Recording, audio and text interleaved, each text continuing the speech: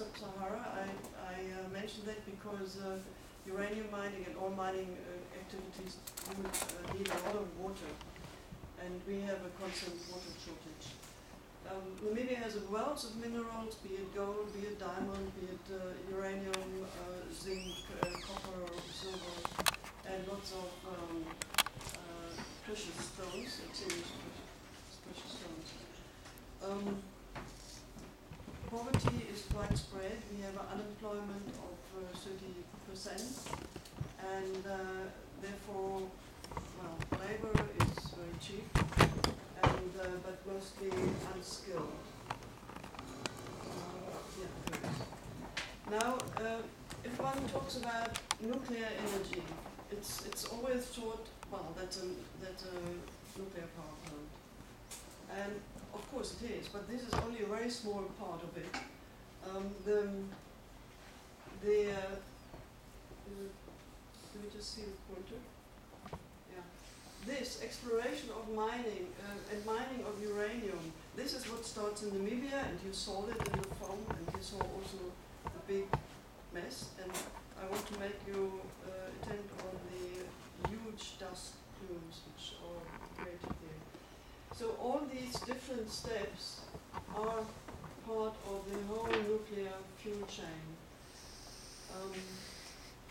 And generally, about mining, very little is known about where does uranium come from. You have, I believe you have a nuclear power plant, but you have got your own uranium. But all the power plants, for instance, in France, where does the uranium come from, or in Germany?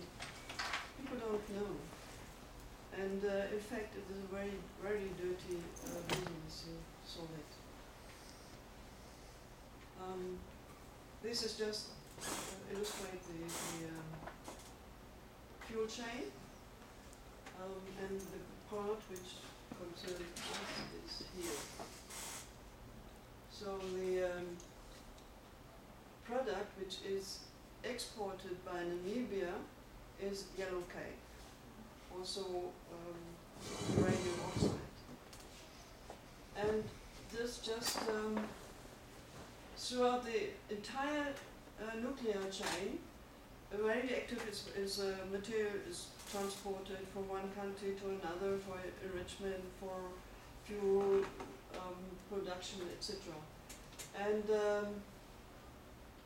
transport of dangerous goods can, well, prone to accidents, even sabotage.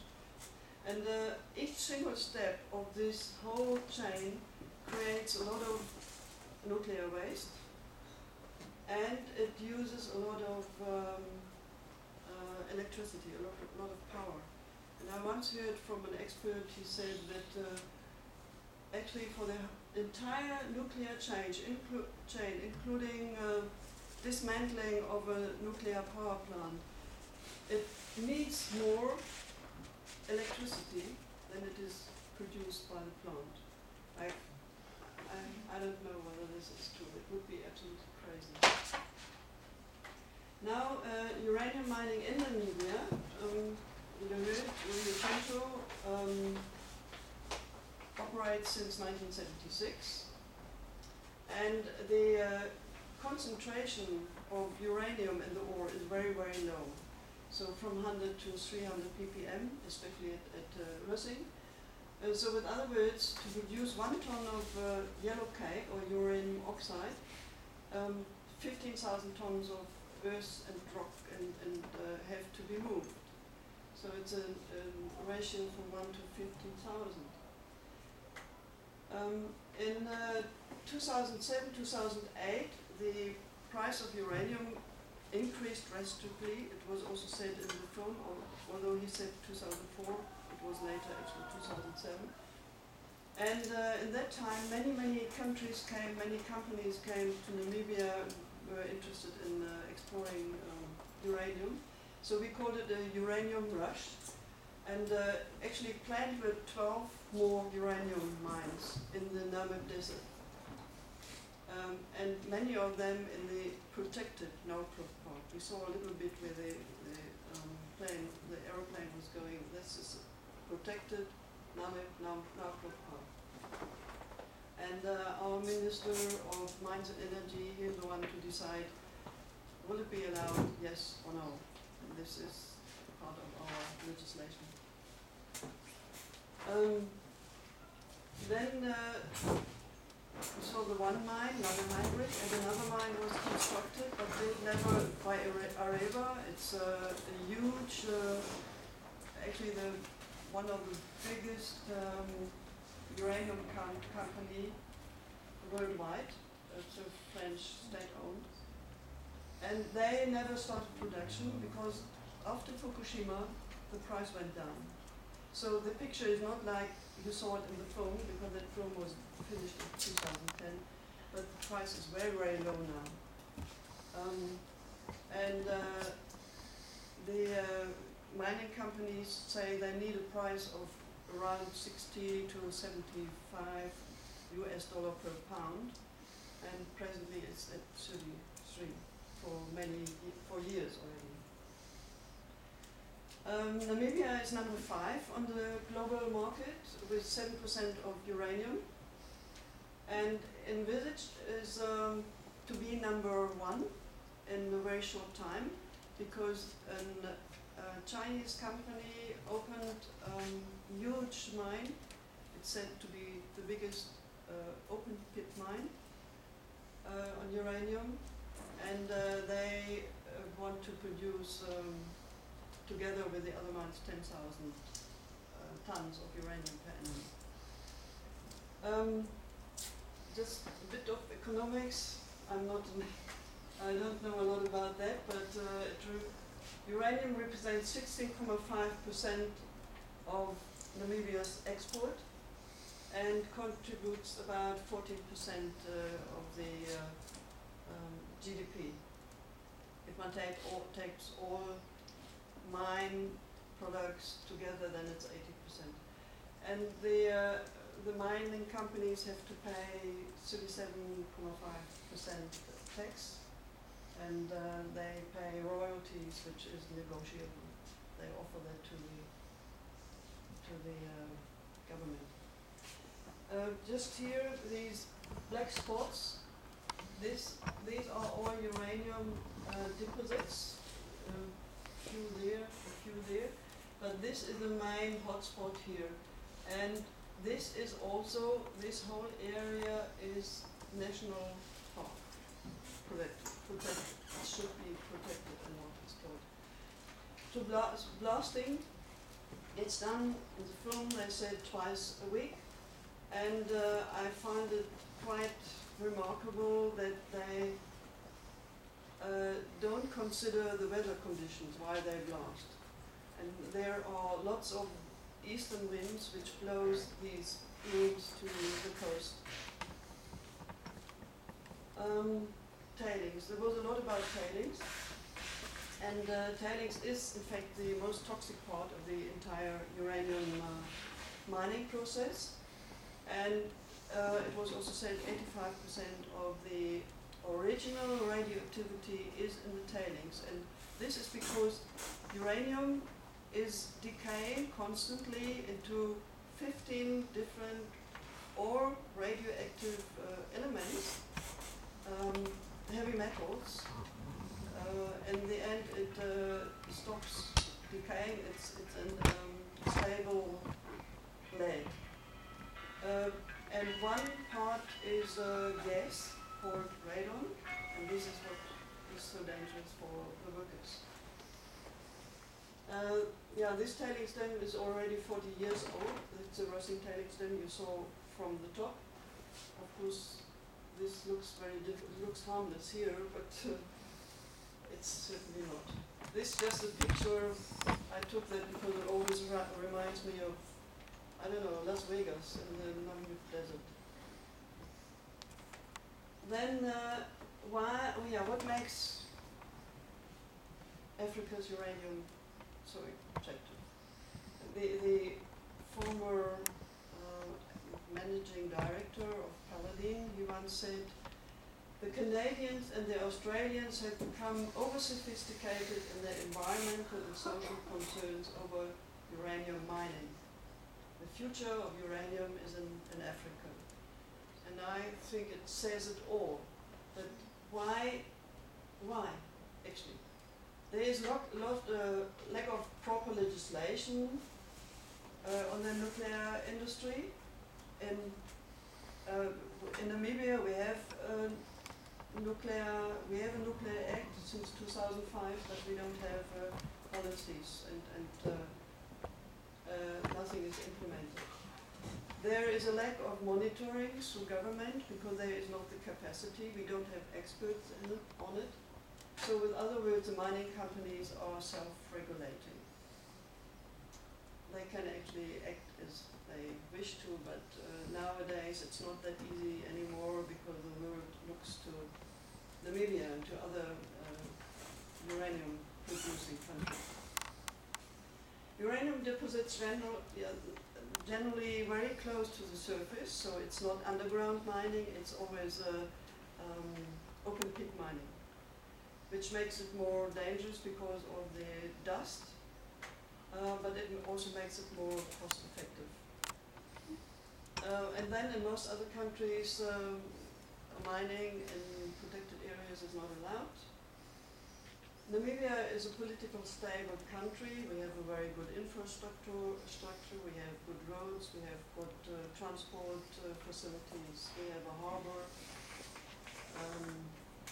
And high unemployment. I mentioned that already. And cheap labor.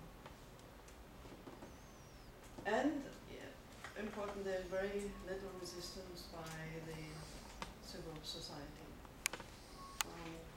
Of course, one of the reasons, as I said before, there is no culture of criticism. Instead, there is a culture of fear still. And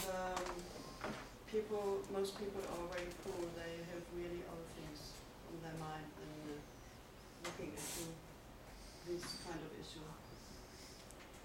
Now, we did a case study on environmental implications of uranium mining, and this is, if I talk about this, it's all Rössing because it's the oldest mine, and of course they created the most pollution, contamination, etc.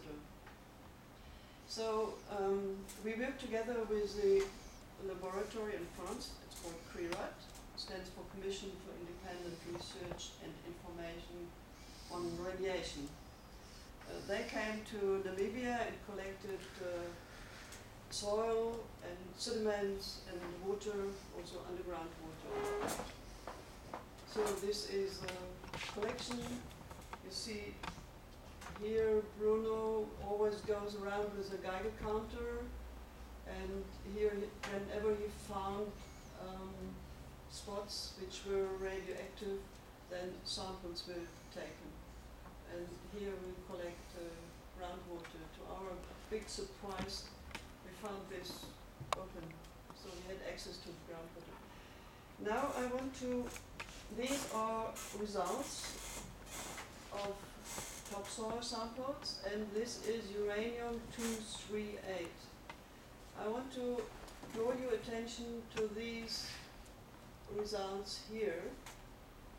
Here is the tailing stem, which you saw from the top, and here is Rössing's open pit. Here is the river. You see it's very near to the river, and you might remember you saw the waste dump. This is here, directly next to the river. But if you keep this in mind, it's 1,560, 590, etc. And here you see the measurement of radium 226, and you see this is much higher. The decay products are in equilibrium, but in this case it is not. That means they have taken, the uranium has been taken out. There is a leakage from the tailing stem to here, to these points. That was about 2 kilometers away from the tailing stem because there is a fence. And this shows, so if you compare them, this is not natural contamination, because this is what we always are told. this is all natural contamination. But this is a proof it's not.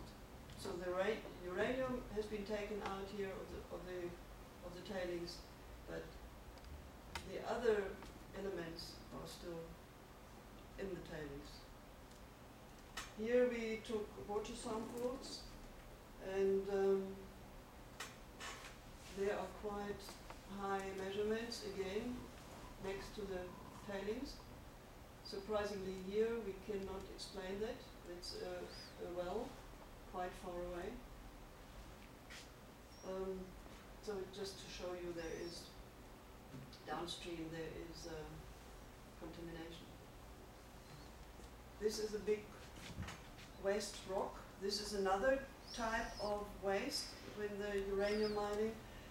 They have a cut-off. So if the concentration of uranium in the ore is around about 100 ppm, they don't process it. It's not viable. So they store it there, and maybe it might be processed later. I don't know. It will be decided when its time is right. But there are billions of tons of radioactive material. Then we found, actually more coincident, we parked our car there. That's a public parking area in front of the mine. And we saw there is a very, very high concentration, radioactive concentration. And again, the ratio from radium-226 to uranium-238 shows this is done. This parking area was built with tailings material. And we made, of course, the mine management aware of it, and believe it or not, they didn't know. They had no idea what was happening there. Then we also did a study on health effects on workers of working mine. And yeah, it must be said there is no safe dose of radiation, even if you go for X-rays or you receive radiation. That's not good for your body, of course. So acute health effects such as skin burns or acute radiation syndrome can occur, even if you have very low doses. Then there is always the risk of cancer, especially lung cancer, because I told you about the radon gas, which is a heavy gas, and it settles more or less in this height. So the workers inhale it. Some of them wear a mask, but many of them not, because it's very expensive to have these little films or the dosimeters. They get sent to South Africa and they get analyzed, and they tell us it's too expensive. So a group of 10 workers, for instance, one of them will have this dosimeter.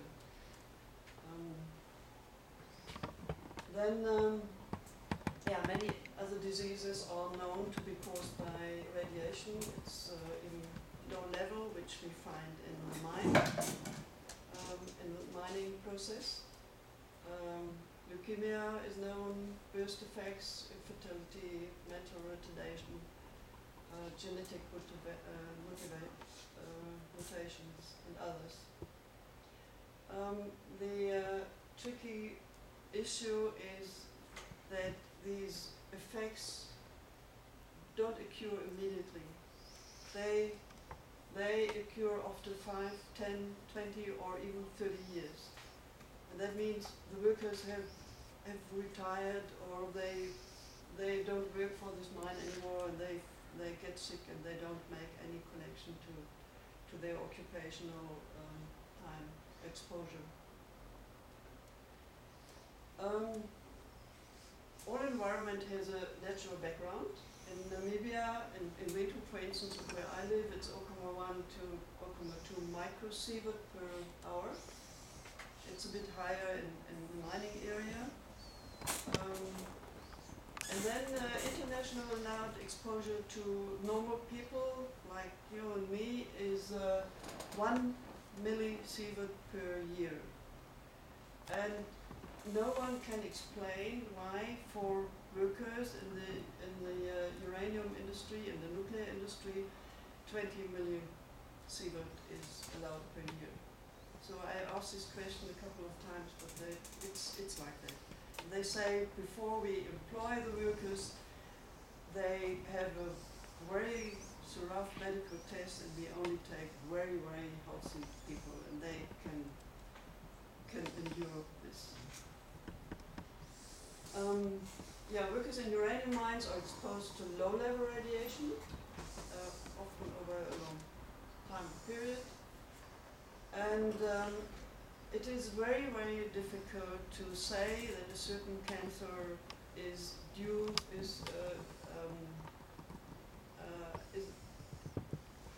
caused by radiation.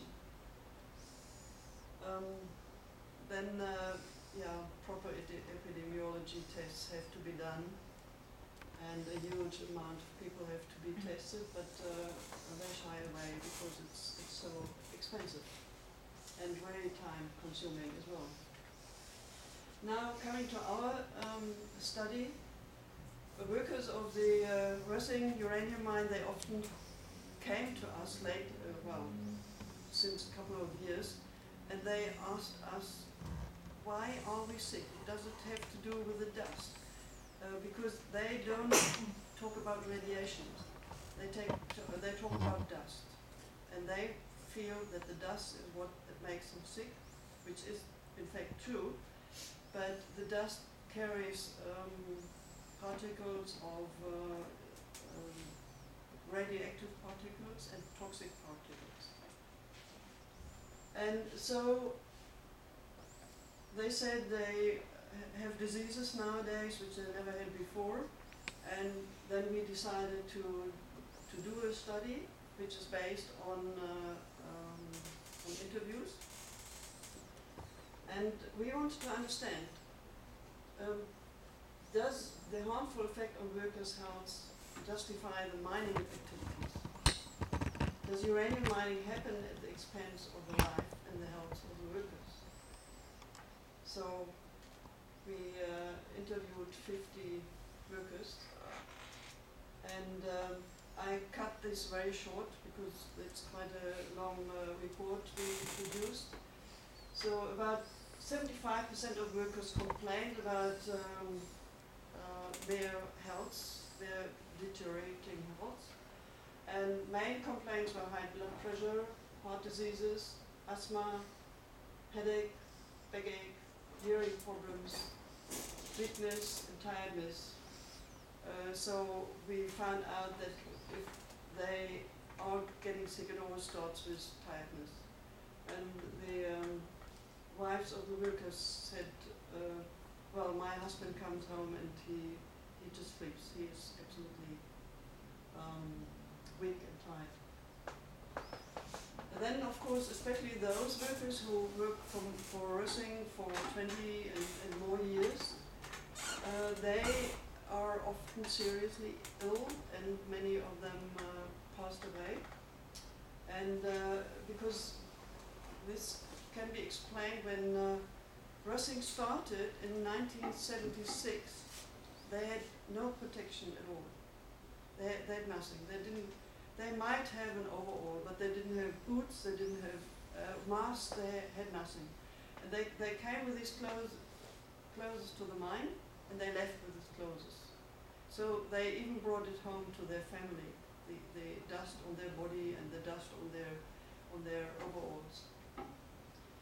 And the workers said this only changed in the early 1983, that they came up with protective clothing. And then all of the workers said they know about friends or colleagues who passed away shortly after retirement. We have to know that the workers, they don't come from the surrounding of the mine, they come from far away. They come with their whole family and move there. And when they retire or they stop working, then they go back to their home towns, mostly in the north, and there they get sick, and there is no one having any statistics. So there are no records. And one worker said, if you leave Arandis, you die. Arandis is an artificial village next to Racing, where the workers live. So if they, in other words, if they retire and they go back to their hometowns, they die. Now, there are many questions which are not answered. Can we be sure that the expected yellow cake does not fall into wrong hands and gets used for proliferation? So Namibia signed the non-proliferation treaty, but is that a guarantee? Does Iran get uranium from Namibia, being a 15% shareholder of Russian uranium? That dates back to the time of the Tsar, when he started with his nuclear program and he wanted uranium from Namibia, which he does not get. There is a total ban. Will one day the nuclear waste come back to be stored in Namibia? Well, is it legal to mine a protected national park? Does a profit government makes from uranium mining flow back into the environment and its people? Do Namibians benefit? Well, we know a few people benefit, but they grow. What happens after the mines are decommissioned? Will companies disappear and leave Namibia with the most dangerous heritage which haunts the country and its people for the coming 10,000 years? And this is mainly the tailings. And who will maintain and safeguard the dangerous tailings for the next 10,000 years? I believe it cannot even be maintained for the next 100 years. So this is one of the pictures. That's not an abundant uranium mine, because that did not happen yet, but we have many, many mines. I think we have more than 200 mines in the country, and the companies just disappear overnight and leave such a heritage. Well, I must say that all the mines are, uranium is mined and explored only by foreign companies. There's not one Canadian company mining uranium. Coming to a conclusion, uranium has undoubted value addition to the Namibian economy, being one of the main exports of the country. But weak and scientifically unsound regulations have been designed for the benefit of mining companies to enable uranium extraction at low costs. Uranium mining has an adverse effect on human health. Even low doses increase the risk of cancer and many other pathologies. The workers pay a high price for the benefit of working in a uranium mine. Uranium extraction implies a long-term contamination of the environment. It creates huge amounts of radioactive waste, and nobody knows how to manage for a long time. It needs to be managed. 10,000 years. So this is my feeling: keep the uranium in the ground. And well, I think that fits denial, and the companies definitely deny that there is any pollution, that there is any health effect, bad health effect to the workers. This is Thank you.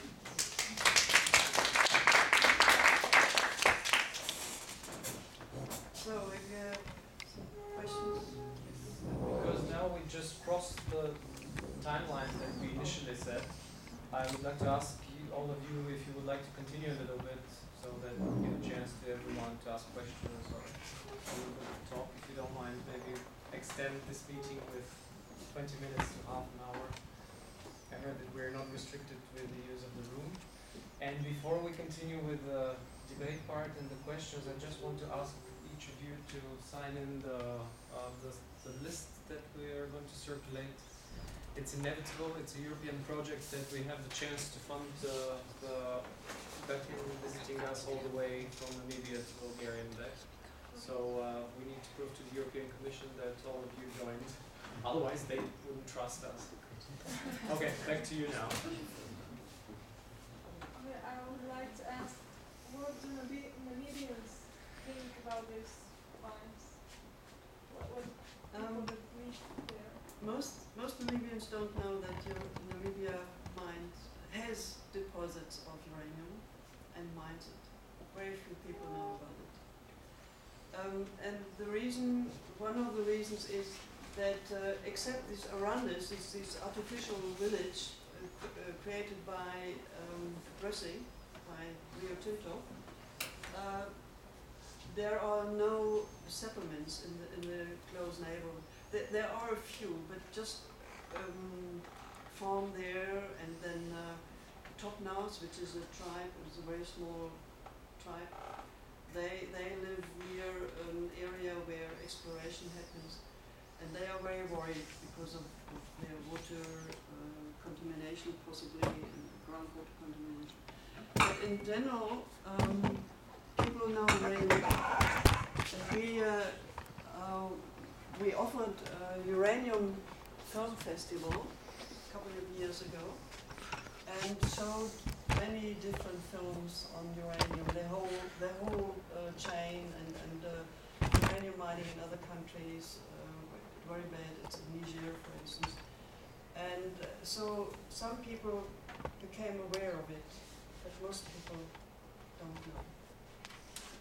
It's amazing, but and as I said, if they would know, even the workers, some of the workers are aware, but they will not complain because they say, I don't have any other choice. I have a family to feed, and I have to do that. Some, I think 2 or 3 said, okay, after 5 years I stop, because I think in 5 years, after 5 years I will be fine. Yeah, that is my second question. Is that culture of not denying, not how can I put it? They want to do this only because they have nothing else to do in Namibia? I mean, the workers in the mines. There is no work. We have such a high unemployment rate of 30%, and if every person in Namibia who has got a job says, even if it's a very bad job, even if I don't like it at all, or it's dangerous or whatever, I stick to this job because I have to feed my family. So this is a situation where they don't have a choice. If I may just interrupt here, it's the same situation in Bulgaria, very much. I don't know if you've been, especially when you travel outside of Sofia, there are quite a few big polluters in the country, and you would have the same feeling if you talk to the people around. They're really ready to sacrifice their health. They know that it's bad.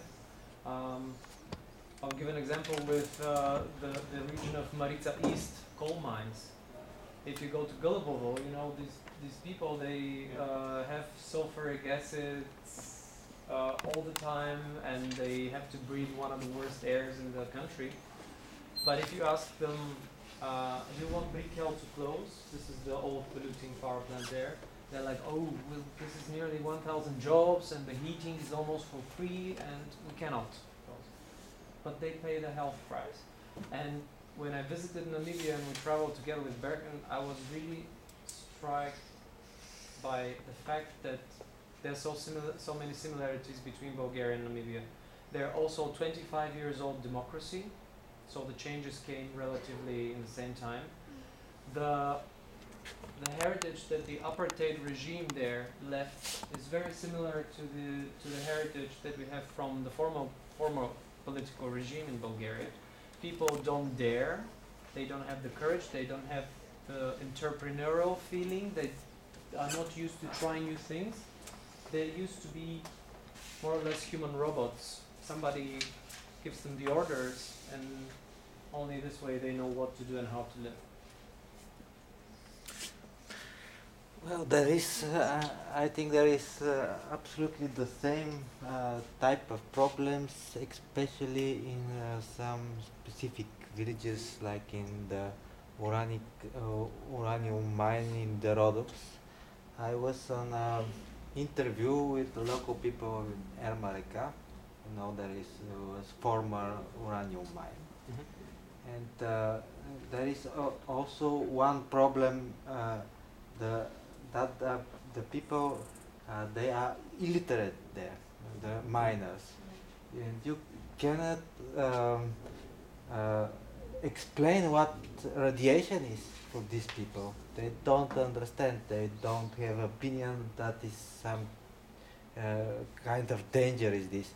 And I don't know what's the terms in this engineer terms. Tailings dam. Well, it's on the river, not after the village low, but high on the top, and the river comes in these mines and so on from zinc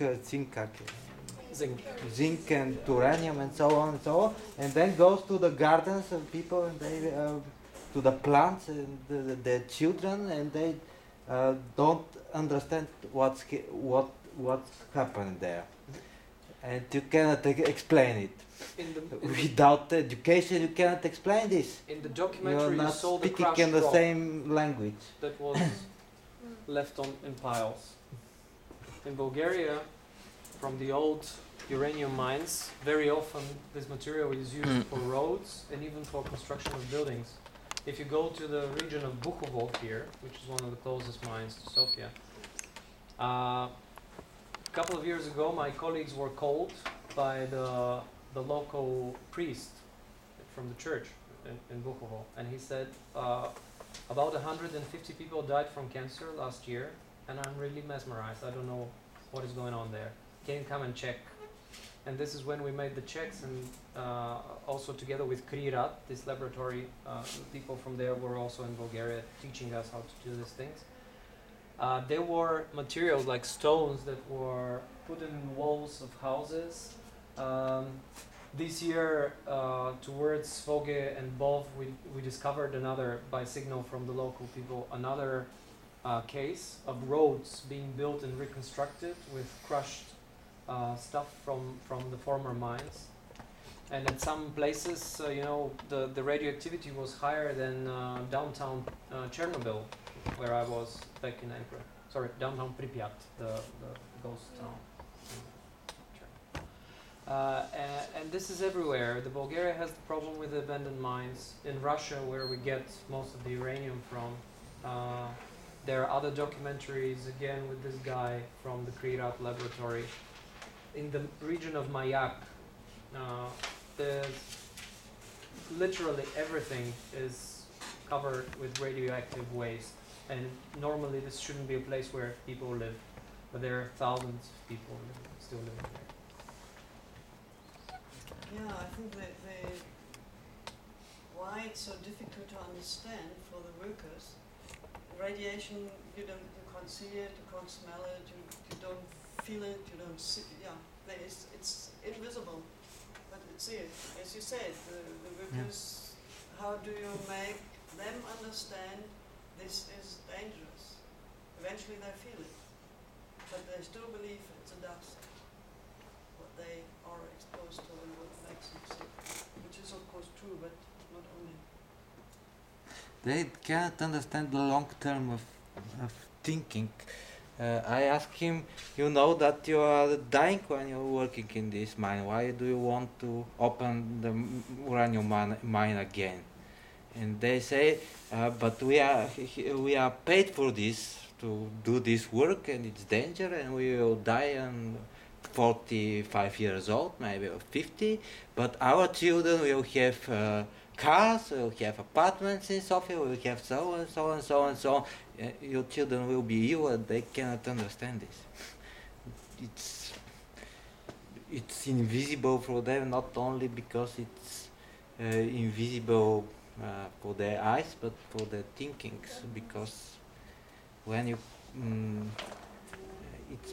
it's a very similar problems. I think it's the whole globe with this problem. Maybe it's some kind of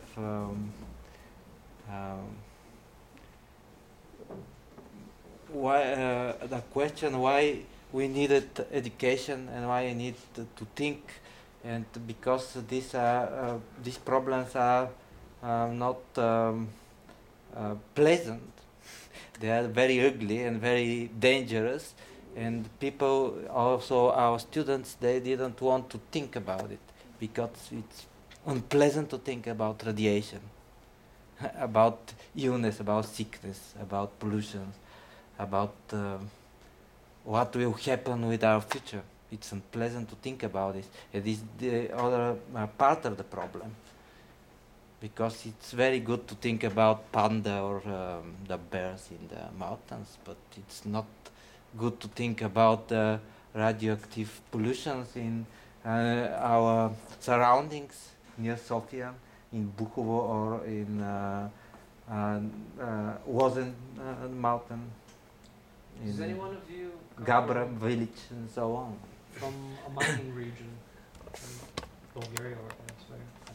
Back in the past, yes, because I'm from Dimitrovgrad, and over there, during communist time, there was some mining, and when I was born, there was nothing. We have only Chimic right now, which is they're producing something else, not like that.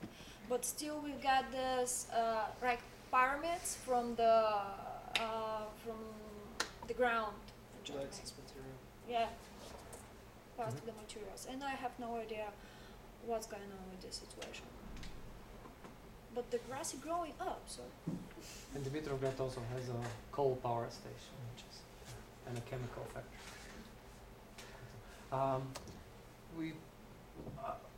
It's in the middle of everything, but I still want to have a very quick round of introduction, just to know name, who comes from where, and what you study.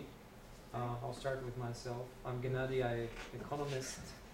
I work for Za Zemyata, and I work on public funds issues. So get to know what's the audience that we had. So I'm Martin. I'm an engineer. I'm working in a industrial automation field, and I'm interested in ecology. I'm Gergana. I have graduated in international relations. This is the area that I'm interested in. And I'm also part of Shtastlivetsa association. I'm Sylvia. I'm fourth year ecology student here in Bulgarian University, and right now we are starting to make some action in our eco club. And this is the first one for this year. I'm Nikola. I'm third year MBU ecology, and also I'm gonna start helping her in that club. So. I'm Tony. I'm also third year student in Bulgarian University ecology. New member in the club. Hello, I'm Ani, and my major is tourism, and I'm third year there, and my minor is ecology and environmental protection, and yeah, I study here in Bulgaria.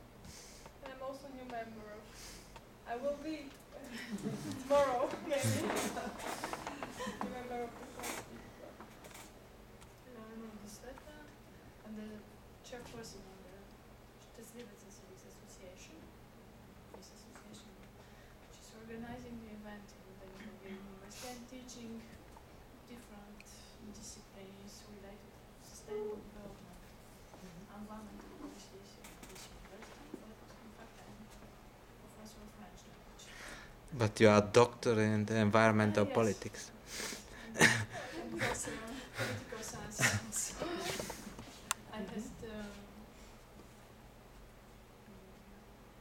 finished 3 months ago a study about the green movement in Bulgaria. About what? About the green movement, the ecological movement in Bulgaria. Oh. Hello, my name is Simon. I'm a master degree student in international relations and diplomacy here in Bulgarian University and proud part of Shtastlivetsa. I'm Mrs. Lava. I'm a member of Shtastlivetsa and also a volunteer and coalition for the nature in Bulgaria. And I study tourism. I have a PhD in tourism, and I'm an assistant professor in the International Business School. And a part-time assistant here in Hamburg. I'm Dimitri, I'm still a high school student, and I'm a member of Civic Association. Chris? I'm Christina, and I'm interested in everything dealing with ecology and environment. And I've been running in the past a few environmental campaigns. And so I keep informing myself. I'm Dobromir. I don't study here. I actually study programming, but I'm here with friends as a guest because I'm interested in this kind of stuff and ecology. And once in a while, I like to educate myself about different things. My name is Nikolai. I'm a student here in MBU, fourth year. I was a colleague of Sylvia and Nicola. So, Well, I am Petar Kanev. I'm a professor in another university. My field of work is cultural anthropology, and I am a part of Щастливеца Civic Association. And I'm the main manager of our education network, Place for Future Education Network. It's interdisciplinary, universities and international education network about the new issues and the new problems in worldwide scale. So I understand Gennady, who are you? I started. the most of Yeah, you okay. are related to this university, is that right? Yeah. Just a question. Did you know about uranium mining before? And the impacts or some of the impacts? Or is Not, this, not exactly. is this For new me. to you? I mean, I knew some things about uranium mining, but that was a new thing for me. Most of the things. So then it wasn't for nothing. No, no, it wasn't. Okay. What about the others? Is there anyone who actually knew about the Not life so cycle much. of uranium? Just not so much. We've studied something in high school, we've studied something in the classes in the university, but not so much, not only for that topic and what's going on, and for especially from Namibia. We know just like chemical element and what's the reaction and what we are using it, and some of the diseases and the problems out of it, like information. Does I anyone? mean, this was really in a nutshell. That is, I could talk days about it. I mean, I had 5 presentations and I made one of it. And so it's very superficial what I told you, but just get an idea. And I think it was a good complementation to the film, to the part of the film. The rest of the film is in always back to Wismut and then Australia and Canada. And he tried to film also in Kazakhstan because they have huge precipitations of uranium, but he didn't get the permit. He wasn't allowed to go there. Tell us something about you, about your experience in Namibia. Why you decided to leave it? Because you're a journalist.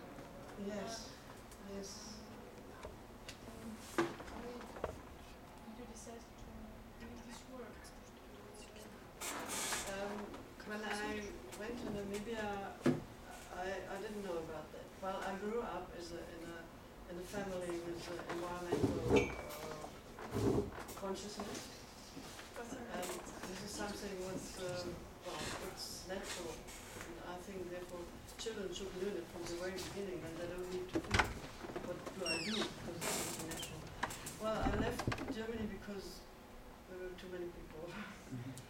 I was just, I couldn't stand all these many people.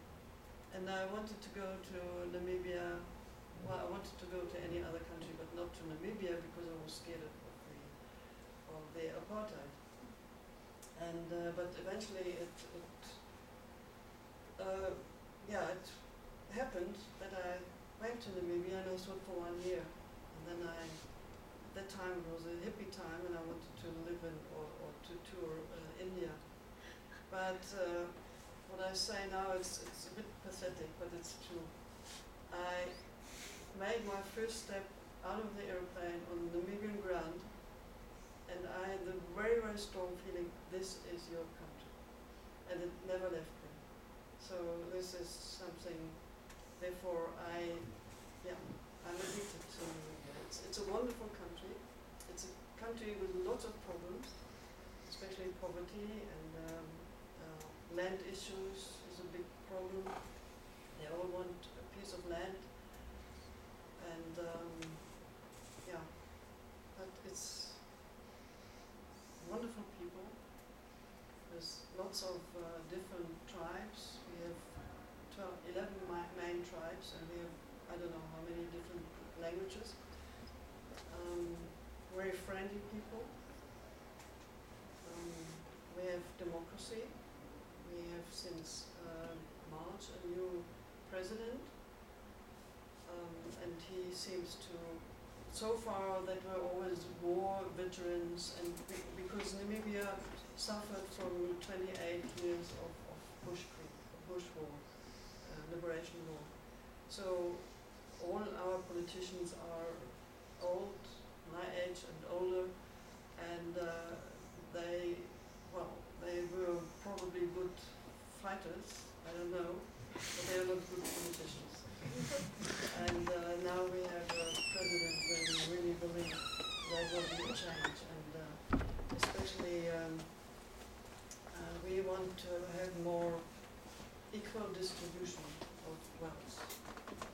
So I would say we have 5% very, very rich people, and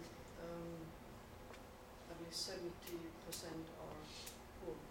And according to the UN standard, half of the people in Namibia are really very poor. There are different ranges. Well, I worked for veterinary services for many years. My profession is, I studied chemistry, and in Namibia I landed in veterinary services, and later in human health. And I'm pensioned since many years. So I was one of the founders of Earthlife Namibia, and we are exactly the same age like Namibia. So 25 years ago we started. That was very exciting because all of a sudden Namibia was independent and people felt responsible, and people felt now we can do something. So many NGOs started and very few survived, but it was something really great. Being part of independence of a country, and it was with this long war before, but the independence, the whole festivities lasted for 3-4 days, and it was just one huge festival. There was not one incident where there was violence or hate or whatever. It's just amazing how the Namibian people reacted after 40 years of apartheid. It's great.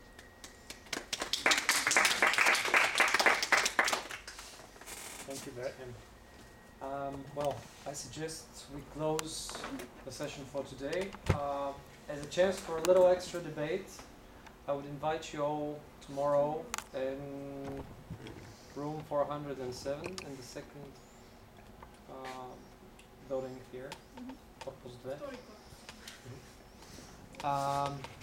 We start at 2:40, but because we're going to start with the same presentation on uranium, you can be a little late, so you can come around 3 o'clock.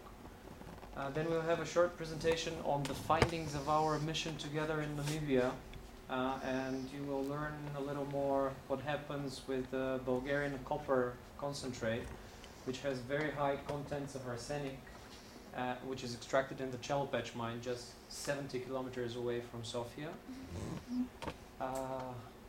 It's forbidden to be processed in Bulgaria since 1988, when a big catastrophe happened in Pirdop with the tailing dams.